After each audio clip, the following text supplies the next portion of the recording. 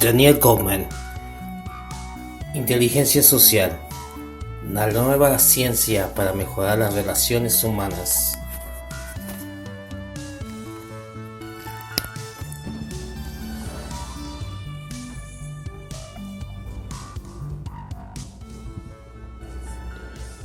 Índice.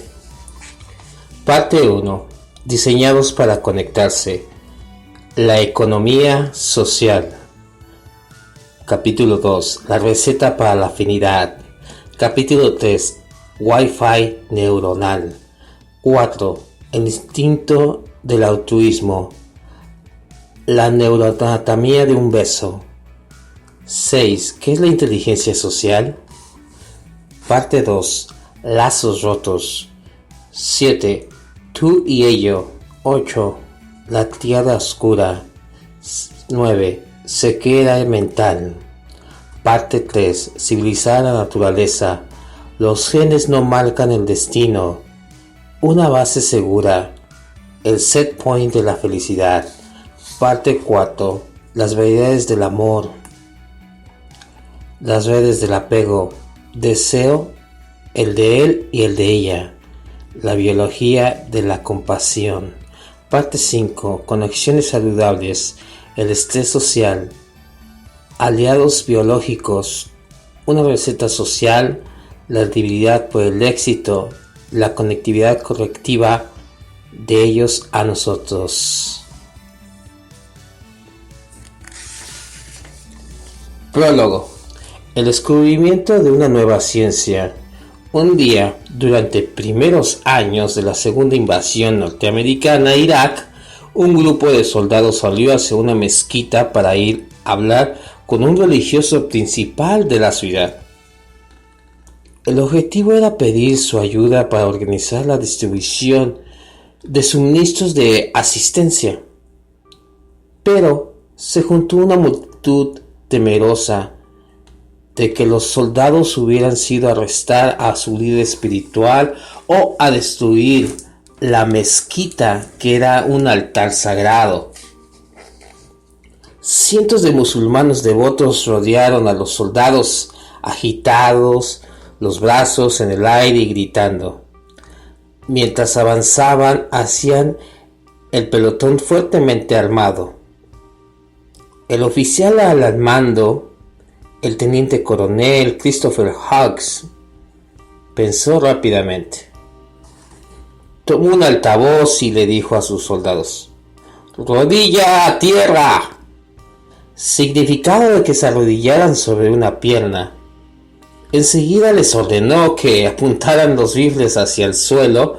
Luego la orden fue: ¡sonrían! ¡Sonrían! Ante eso, el humor de la multitud cambió. Algunos siguieron gritando, pero la gran mayoría devolvió la sonrisa. Algunos palmearon a los soldados en la espalda y Hughes les ordenó que se retiraran caminando despacio, retrocediendo sin dejar de sonreír. La ingeniosa acción fue el resultado de un despliegue vertiginoso de cálculos sociales tomados en fracciones de segundos. Hughes tuvo que percibir el nivel de agresividad de la multitud y que podía calmarlos. Tuvo que apostar a la disciplina de sus hombres y a la fuerza de la confianza que le tenían.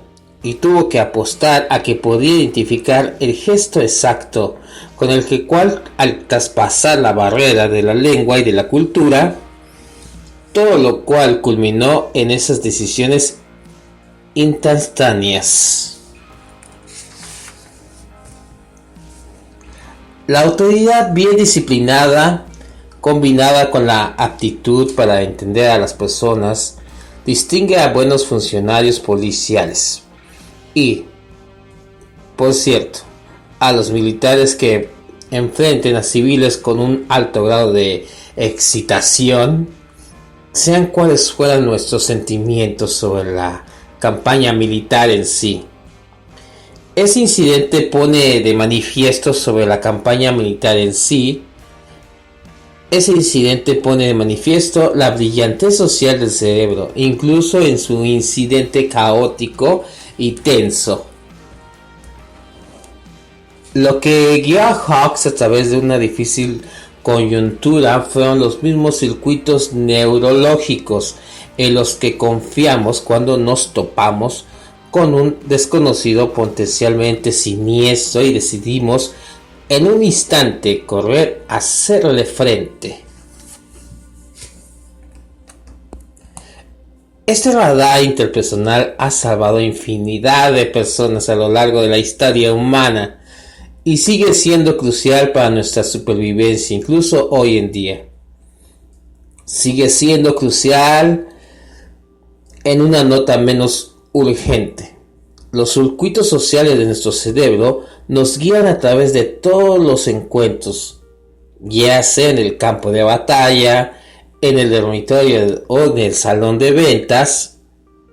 Dichos circuitos se ponen en funcionamiento cuando dos enamorados se encuentran y se besan por primera vez, o cuando sentimos las lágrimas de no derramadas.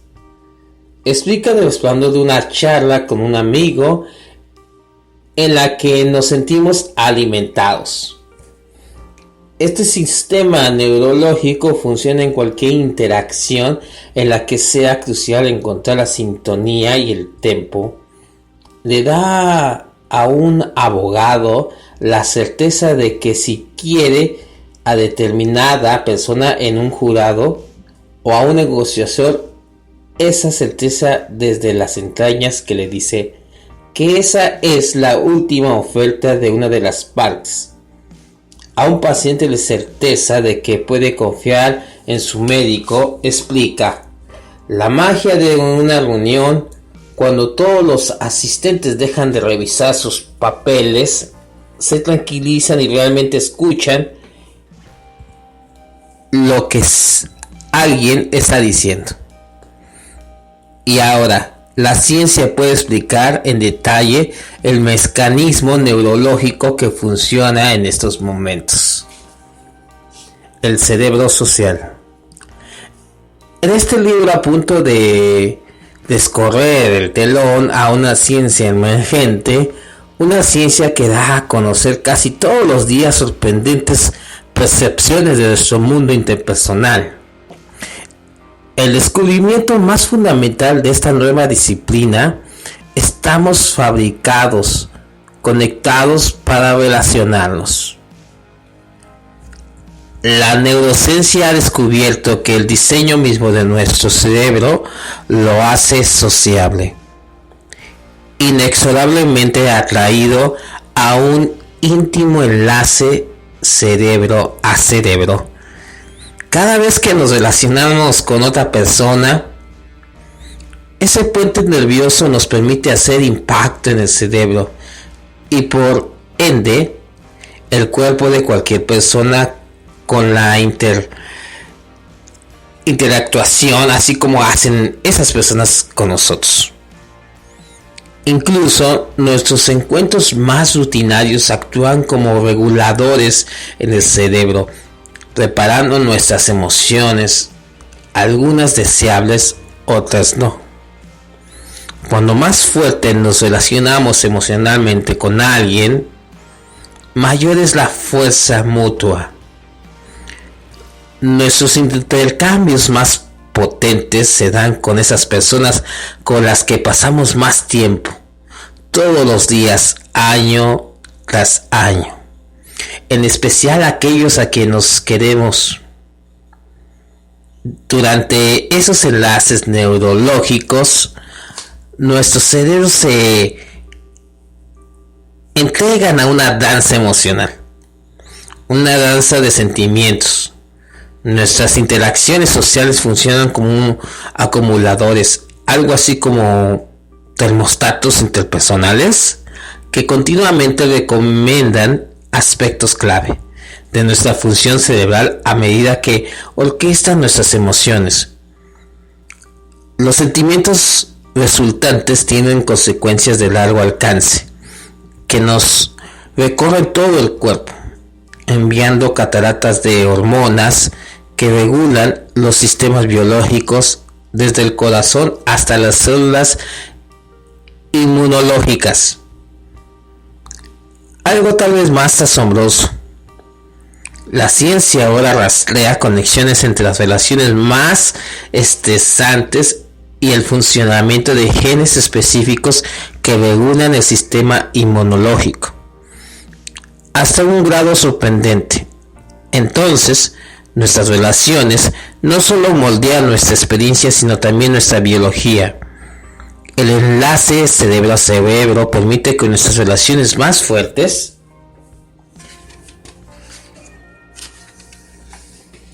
nos moldeen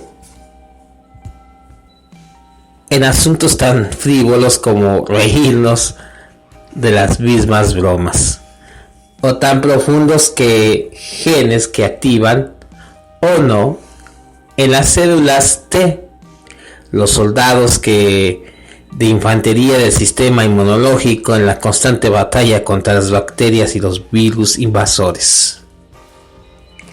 El enlace es una espada de doble filo. Las relaciones nutritivas tienen un impacto beneficioso sobre nuestra salud, mientras que las tóxicas pueden actuar como un veneno lento en nuestros cuerpos. Prácticamente todos los grandes descubrimientos científicos que presento en este libro han surgido desde la aparición en 1995 de la inteligencia emocional y siguen surgiendo un ritmo cada más rápido. Cuando escribí la inteligencia emocional, puse el acento en una serie crucial de capacidades humanas dentro de nosotros como individuos. Nuestra habilidad para manejar nuestras propias emociones y nuestro potencial interior para mantener relaciones positivas. Aquí el panorama va más allá de la parapsicología de una persona, las capacidades que un individuo tiene adentro, hacia una parapsicología de dos personas, lo que surge cuando nos relacionamos. Presento este libro sea un compañero de la inteligencia emocional que explore el terreno mismo de la vida humana desde un punto de vista privilegiado, que permite una comprensión más amplia de nuestro mundo personal. El enfoque cambia hacia estos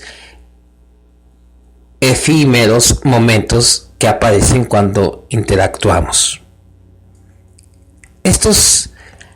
Aquí hay una consecuencia más profunda a medida que nos damos cuenta de cómo, mediante la suma total, nos creamos los unos a los otros.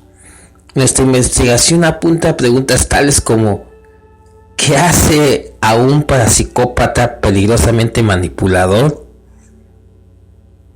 ¿Podemos cumplir mejor nuestra tarea de ayudar a nuestros hijos a crecer y convertirse en personas felices? ¿Qué hace que un matrimonio sea una base nutritiva? ¿Pueden las relaciones actuar como amortiguadores de las enfermedades? ¿Puede un maestro o un líder hacer que el cerebro de los estudiantes o de los trabajadores funcione lo mejor posible? ¿Pueden los grupos dominados por el odio vivir en paz juntos?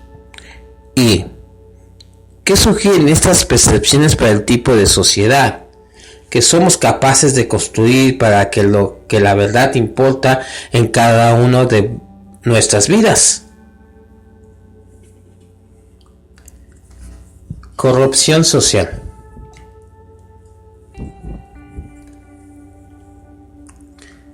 Hoy en día, así como la ciencia nos revela las cruciales que son las relaciones nutritivas, las relaciones humanas parecen más y más bloqueadas. La corrupción social tiene muchos rostros. Una maestra de jardín de niños en Texas le pide a una pequeña de 6 años que guarde sus juguetes. Y la niña tiene una rabieta, grita, arroja la silla al suelo, gatea hasta debajo del escritorio de la maestra y patea con tanta fuerza que abre los cajones. Su exabrupto indica una epidemia de similares instancias de descontrol entre niños de jardín de niños, todos registrados en un distrito que posee una escuela en Fort Worth, Texas. Los índices ocurrieron no solo entre los niños más pobres, sino entre los mejores posición económica. Hubo quien explicó el brote de la violencia entre los muy pequeños como debido al estrés económico que hace que los padres trabajen más tiempo, de manera que los niños pasan horas después de clases con personas que los cuidan o solo, y los padres llegan a sus casas al borde de la exasperación.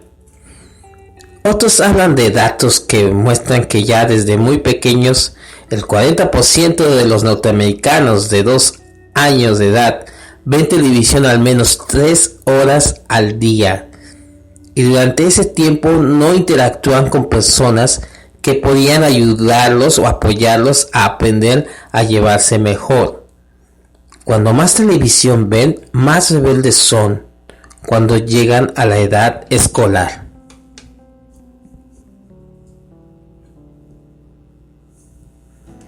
En una ciudad alemana, un motociclista es arrojado al pabellón. En un choque, está tendido el pavimento inmóvil. Los peatones pasan a su lado y los conductores lo miran mientras esperan que cambie la luz. Pero nadie lo apoya, nadie le ayuda. Al fin, después de unos minutos y largos 15 minutos, el pasajero de un auto se detiene ante la luz. Baja la ventanilla y le pregunta al motociclista si está herido y si quiere que llame por teléfono celular para pedir asistencia. Cuando el accidente fue transmitido por una emisora, hubo un gran escándalo. En Alemania, todas las personas poseen una licencia de conducir, han sido entrenadas en primeros auxilios, precisamente para circunstancias como esa. Como dijo un médico de emergencias alemán, las personas se alejan cuando ven a otros en peligro. No parece importarles. En 2003, los hogares unipersonales pasaron a ser el modo de vivir más común en los Estados Unidos de América. Mientras que un tiempo las familias se reunían al final del día, ahora los hijos, los padres y los cónyuges se les hace cada vez más difícil pasar tiempo juntos. Bowling Alone. El aclamado análisis de Robert Putnam, nombre sobre el desgaste de trama social norteamericana, habló de un declive del capital social en 2 décadas. Una manera de medir ese capital social en una sociedad es por la cantidad de reuniones públicas celebradas y de membresías en los clubs, mientras que en los 70, 2/3 de los norteamericanos pertenecían a organizaciones que celebraban regularmente reuniones a las que estas personas asistían. En cifra cayó a alrededor de 1/3 en los 90. Estas cifras, decía Putnam, reflejan una pérdida de relaciones humanas en la sociedad norteamericana.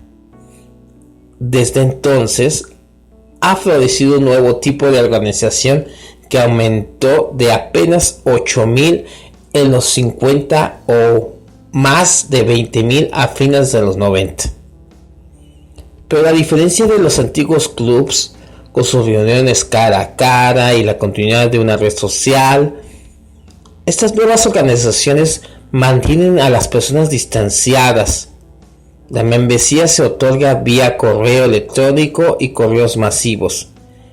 Y la actividad principal se reduce a enviar dinero, no a reunirse. También hay algo desconocido en la manera en que los humanos en el mundo entero se conectan y desconectan conforme a la tecnología ofrece nuevas formas de comunicación nominal en un verdadero aislamiento. Todas estas tendencias indican que la lenta desaparición de oportunidades para las personas se relacionen esta inexorable invasión tecnológica se extiende de manera tan insidiosa que hasta el momento nadie ha calculado sus costos sociales y emocionales. La desconexión que nos invade.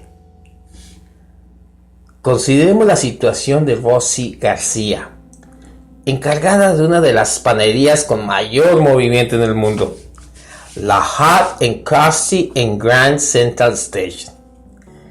En la ciudad de Nueva York, las multitudes de pasajeros que pasan por la estación hacen que cualquier día hábil haya largas filas de clientes esperando el ser atendidos.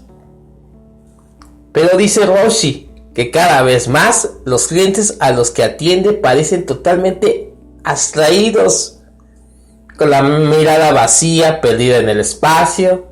Ella les dice y pregunta: ¿qué necesita? ¿Qué necesita? Y no se dan cuenta de que les hablo. Ella repite: ¿qué necesita? Y no prestan atención. El grito: ¿qué necesita? Usualmente los hace reaccionar. Y no es que los clientes de Rosy sean sordos, sino que sus orejas están tapadas con los pequeños audífonos de un iPod. Están atontados, perdidos en cualquiera de los montones de melodías de su lista personalizada de preferidos, ignorantes de lo que sucede a su alrededor. Y, lo que es más importante, aislados de todos los que pasan a su lado. Claro que mucho antes de que el iPad, el Walkman y el teléfono celular cautivaran a las personas que caminan por la calle, eliminando el contacto directo del bullicio de la vida. El proceso comenzó con el automóvil, a saber, de una manera de pasar por un espacio público absolutamente aislado por vidrio y media tonelada o más de acero y el sonido arrullador de la radio. Antes de que el automóvil se convirtiera en algo común, las maneras típicas de viajar, caminar o ser llevado por un caballo o por un carro tirado por un buey mantenían a los viajeros en una cómoda proximidad con respecto al mundo humano a su alrededor.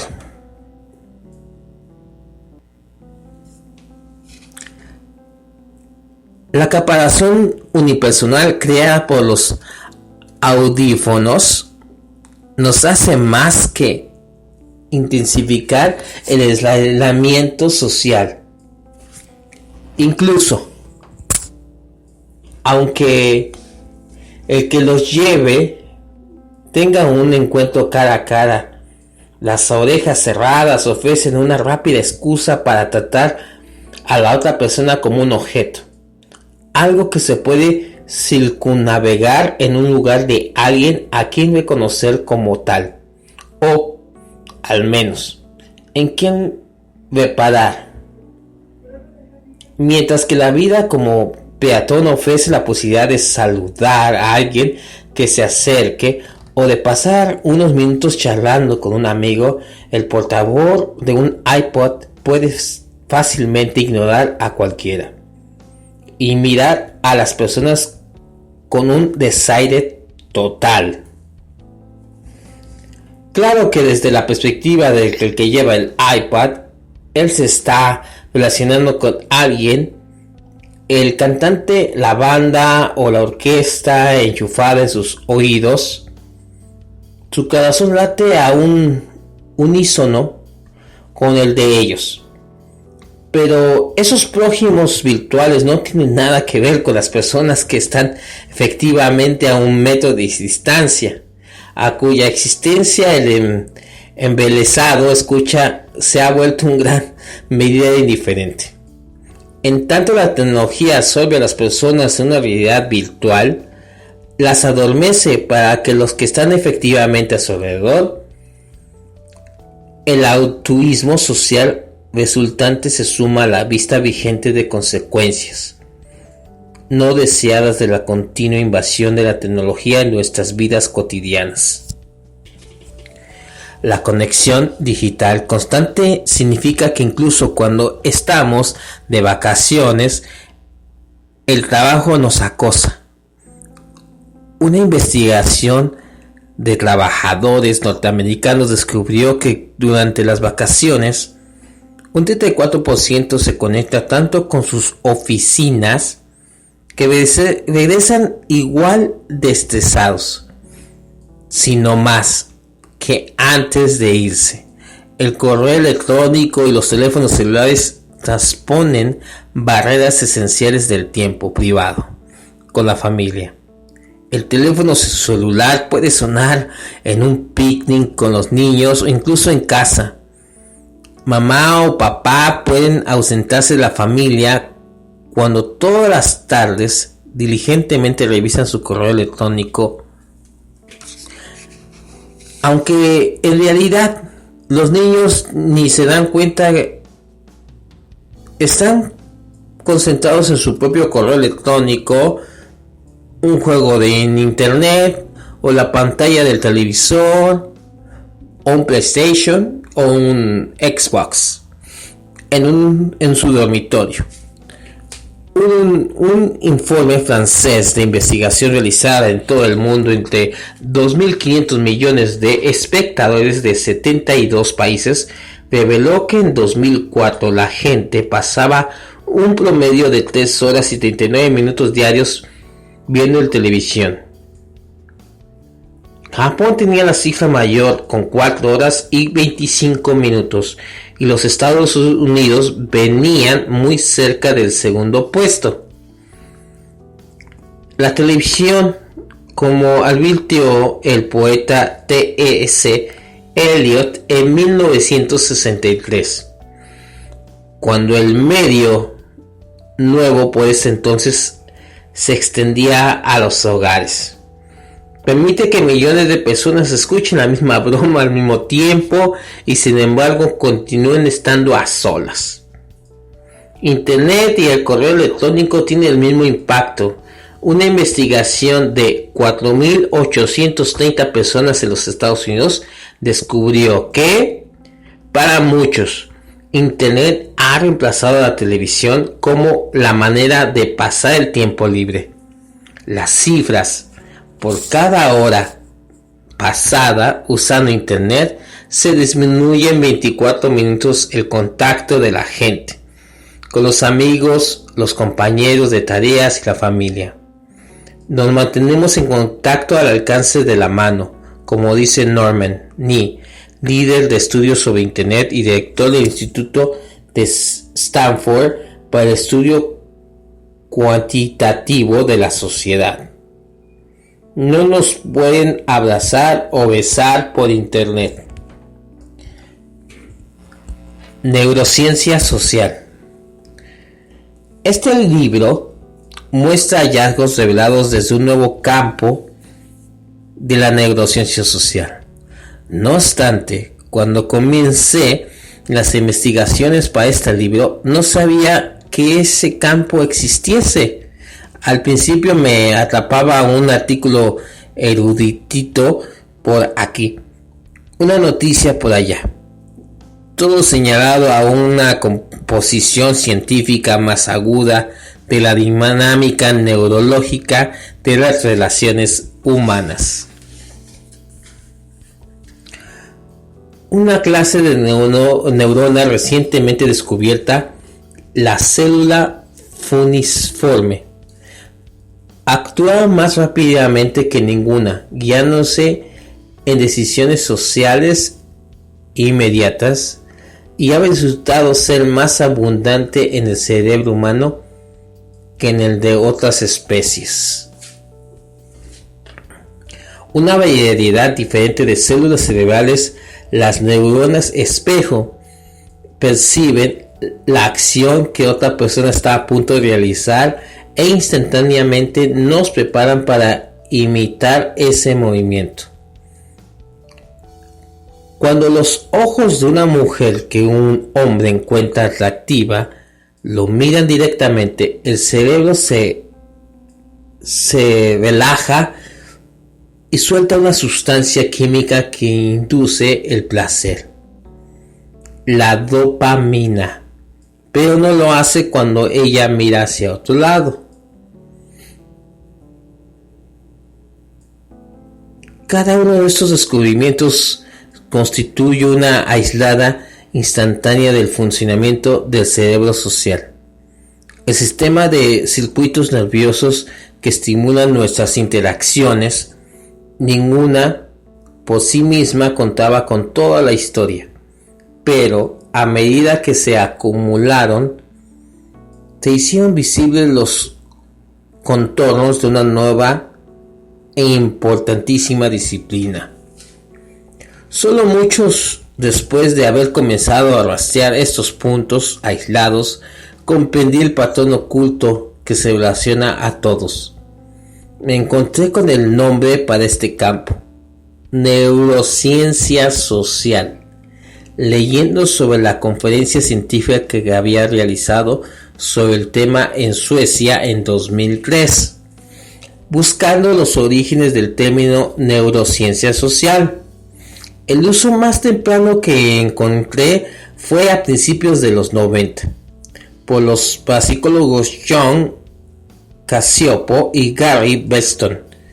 Pero entonces los profetas solitarios de esa ciencia nueva, cuando hablé con Cacioppo recientemente, recordó lo siguiente: había mucho escepticismo entre los neurocientíficos sobre estudiar cualquier cosa fuera del cráneo. La neurociencia del siglo XX creía que el comportamiento social era demasiado complejo para ser estudiado. En la actualidad, agrega Cacioppo, podemos comenzar a encontrarle sentido a cómo el cerebro digiere el comportamiento social y a su vez cómo nuestro mundo social influye en nuestro cerebro.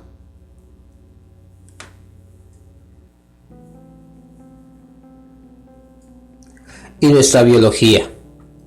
Actualmente director del Centro de Neurociencia Cognitiva y Social de la Universidad de Chicago, Cacioppo ha presenciado un cambio radical. Este campo se ha convertido en un tema científico candente para el siglo XXI. Esta nueva disciplina ya ha comenzado a resolver algunos antiagudos acertijos científicos. Por ejemplo, parte de la investigación de Cacioppo descubrió una conexión entre involucrarse en una relación dolorosa y un aumento de hormonas de estrés a niveles que dañan ciertos genes que controlan células que luchan contra los virus. Una pieza faltante en esta trayectoria eran los senderos neurológicos, que podían convertirse en problemas de relación en consecuencias biológicas. Un tema central en la neurociencia social. Se ha formado una emblemática sociedad para la investigación. En este nuevo campo, los parapsicólogos y los neurocientíficos utilizan juntos la REM, resonancia magnética, una máquina para tomar imágenes cerebrales que hasta ahora solía utilizarse para diagnósticos clínicos en los hospitales. La REM Utilizas poderosos magnetos para producir una descripción asombrosamente detallada del cerebro. Los que utilizan la llaman REM magnetos. Por ejemplo, en nuestro laboratorio tenemos 3 magnetos. La REM aporta un impresionante poder informático que le da el equivalente de un video que mostrará qué partes del cerebro se encienden durante un momento humano, como por ejemplo escuchar la voz de un viejo amigo. De darle estudios se obtienen respuestas a preguntas como: ¿qué sucede en el cerebro de una persona que está mirando a un ser amado, o de un fanático, o de alguien que está planeando cómo ganar un juego de competencia? El cerebro social es una suma de mecanismos nerviosos que instrumentan nuestras interacciones, además de nuestros pensamientos y sentimientos sobre las personas y nuestras relaciones. La novedad más reveladora.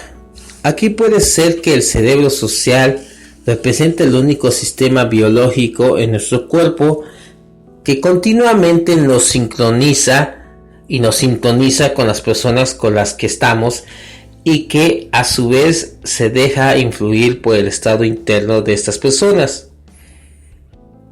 Todos los otros sistemas biológicos, desde nuestras glándulas linfáticas a nuestro vaso, regulan su actividad con receptores que son sintonizados a señales que surgen desde dentro del cuerpo, no más allá de nuestra piel.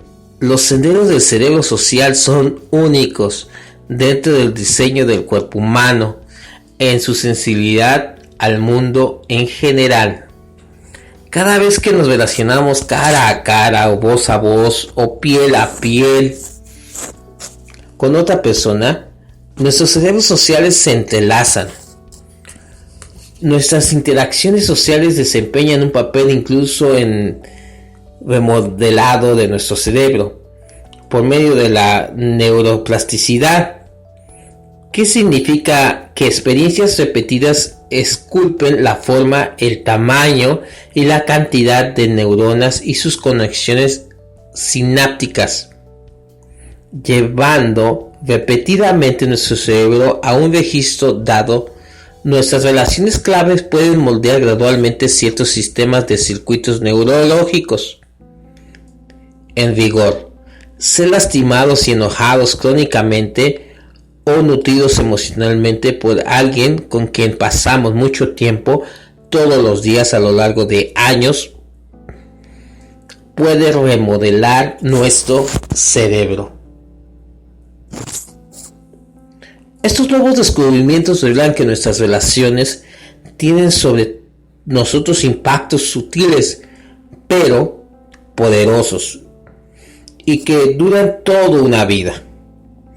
Esta noticia puede no ser buena para aquellos cuyas relaciones tienden a ser negativas, pero los mismos descubrimientos apuntan también hacia una posibilidad de reparación en cualquier momento de nuestra vida, a partir de nuestras relaciones personales. Así, la manera en que nos relacionamos con los demás tiene una importancia inimaginable. Esto nos trae a lo que podemos significar, en vista de estas nuevas percepciones, ser inteligentemente en lo que hace nuestro mundo social. Actuar con sabiduría. Por allá de 1920, justo después del primer estallido de entusiastas como las entonces nuevas pruebas de coeficiente intelectual, el parapsicólogo Edward Thorndike creó la formación original de la inteligencia social. Una de las maneras en la que definió fue la habilidad de comprender y manejar a los hombres y mujeres, capacidad que necesitamos para vivir bien en el mundo. Pero esta definición por sí misma también da pie a que considere la pura manipulación como la manera del talento interpersonal. Incluso, algunas de las descripciones de la inteligencia social nos ofrecen distinción entre las rudas aptitudes de un estafador y los actos genuinos de solidaridad que enriquecen las relaciones saludables. En mi opinión, ser manipulador, valorado solo lo que funciona para una persona a expensas de otra, no debe considerarse inteligencia social.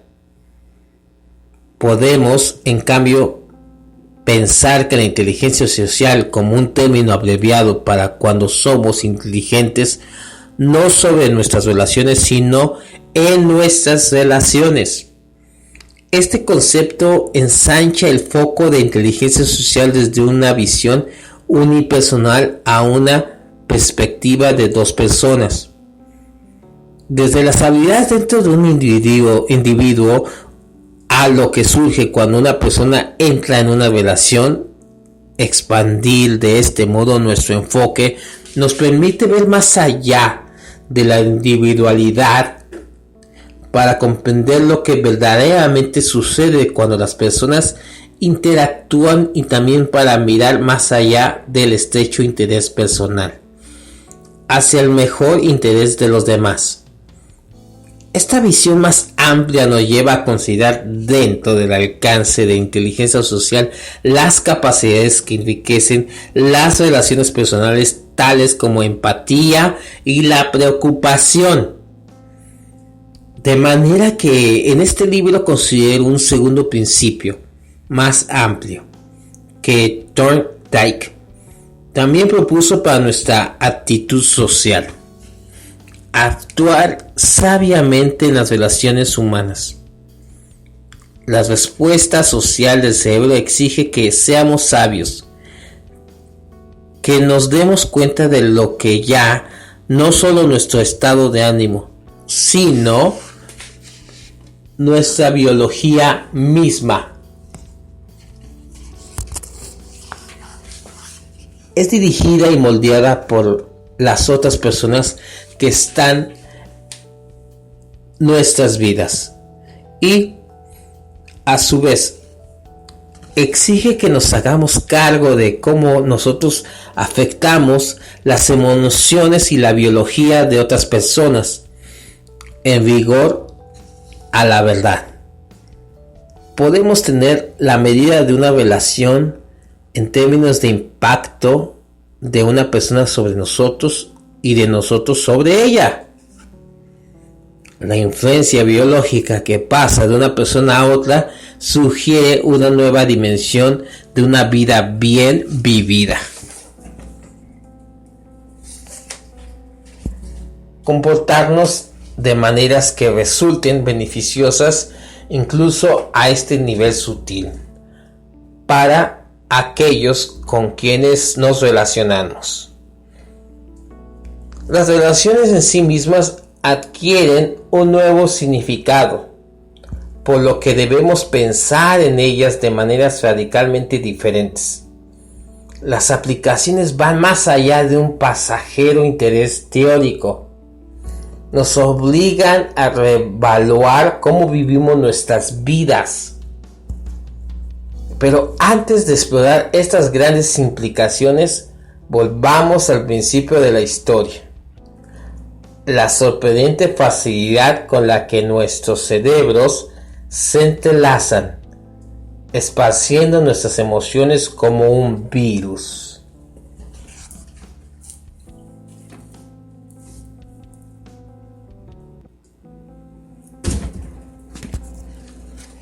Parte 1.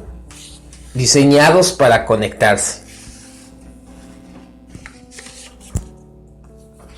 Capítulo 1.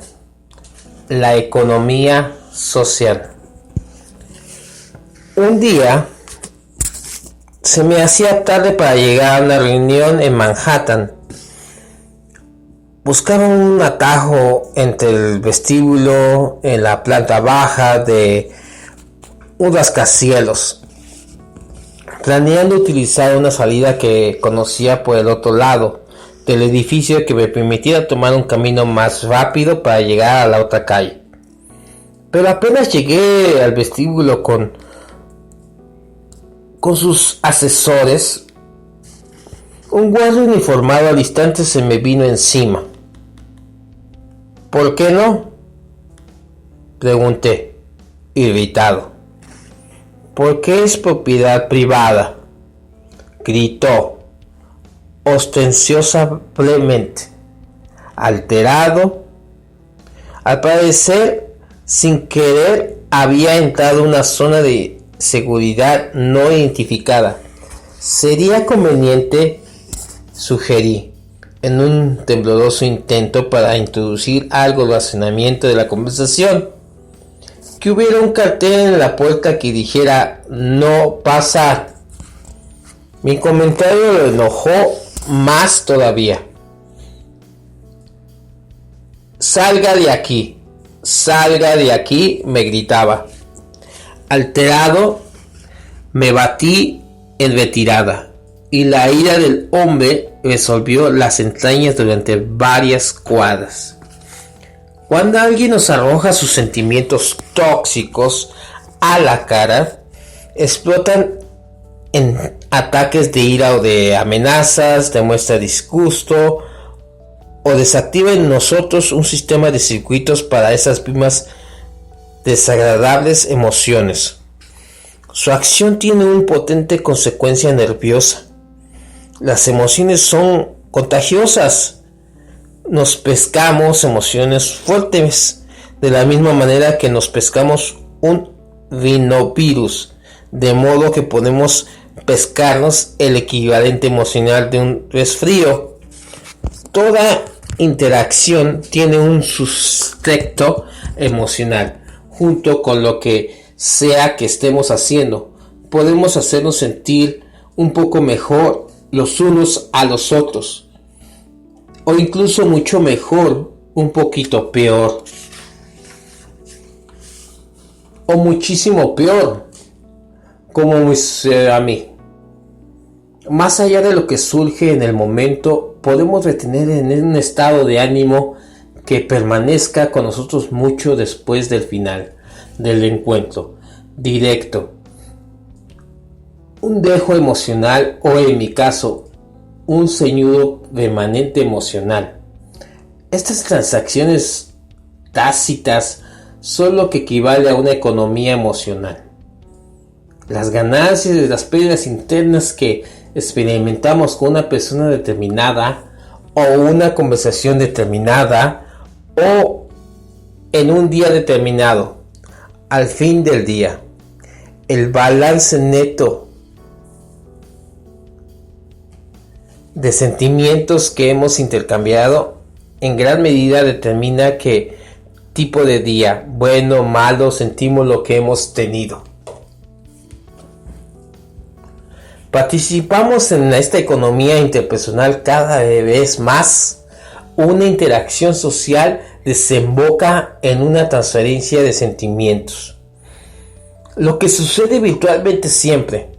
Este judo interpersonal tiene infinitas variantes, pero todas se reducen a nuestra habilidad para cambiar el estado de ánimo de otras personas y la suya para cambiar el nuestro. Cuando yo te hago fruncir el entrecejo, evoco en ti un toque de preocupación. Cuando tú me haces sonreír, me siento infeliz. En este intercambio clandestino, las emociones pasan de persona a persona, desde afuera hacia adentro. Y es de desear que para bien se da un alud de contagio emocional. Cuando entramos en un estado tóxico, simplemente por estar cerca de la persona errada en el momento errado. Yo fui una víctima inocente de la furia de ese guardia de seguridad, como el fumador pasivo, la filtración de emociones que puede hacer de un espectador a la víctima inocente del estado tóxico de otra persona. En esos momentos como el que yo pasé con el guardia, cuando nos enfrentamos a la ira de alguien, nuestro cerebro automáticamente revisa para verificar si esto augura un futuro peligroso. La hipervelancia resultante es dirigida fundamentalmente por la amígdala. Amígdala, una zona en forma de almendra en el cerebro, medido que es detonante para que la respuesta de la lucha, huida o congelamiento ante el peligro. De toda la gama de sentimientos, el miedo es el que despierta más poderosamente la amígdala. No confundir la amígdala aquí descrita con la amígdala que está más adelante. Cuando la alarma lo impulsa al amplio sistema de circuitos de la amígdala, comanda puntos clave en todo el cerebro, guiando nuestros pensamientos, atención y percepción a lo que fuere que nos ha provocado miedo. Instintivamente nos volvemos más atentos a los rostros de las personas que nos rodean, buscando sonrisas o seños que nos den un sentido mejor de cómo interpretar las señales de peligro o cómo pudieran indicar las interacciones de alguien. Esta vigilancia intensificada que se impulsa por la amígdala aumenta nuestra alerta a pistas emocionales en los otros. Este foco intensificado a su vez evoca más poderosamente los sentimientos de los demás en nosotros, lubricando el contagio, así que nuestros momentos de temor aumentan nuestra susceptibilidad a las emociones de otra persona. En términos generales, la amígdala actúa como un radar para el cerebro, llamando la atención a lo que fuere que sea nuevo, que nos llama la atención o que veamos como importante y que merezca que aprendamos más al respecto. La amígdala opera el primer sistema de advertencia del cerebro, examinando todo lo que sucede, siempre vigilante a la espera de hechos emocionalmente relevantes, en especial amenazas en potencia. Si bien el papel de la amígdala como centinela y detonante ante situaciones de peligro es historia antigua para la neurociencia, lo que se ha descubierto recientemente es su papel social, como parte de una serie de sistemas nerviosos distribuidos para el contagio emocional.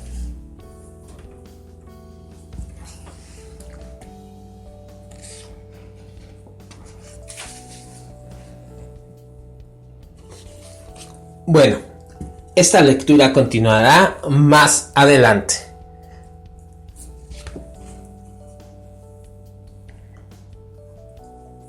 Continuará más adelante en la página 25